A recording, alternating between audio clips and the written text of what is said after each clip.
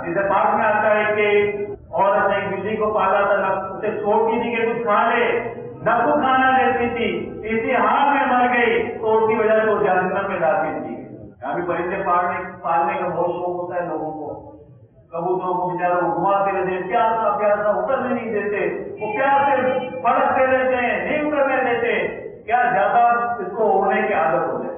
بھائی وہ پیاس سے تڑپ رہا ہے بیچارے کو، اترنے وہ پیاسا ہے نہیں۔ اگر اللہ تبارک و تعالیٰ اس سبب سے ناراض ہو گیا تو کیا حال بنے گا؟ انسانوں کا تو خیال کرنا ہی کرنا ہے، ساتھ میں اپنے جانوروں کو، اپنے پرندوں کو بھی خیال کرنا ہے کہ ان کو پالا ہے تو انہیں پوری خوراک دیں، انہیں وقت پر پانی دیں۔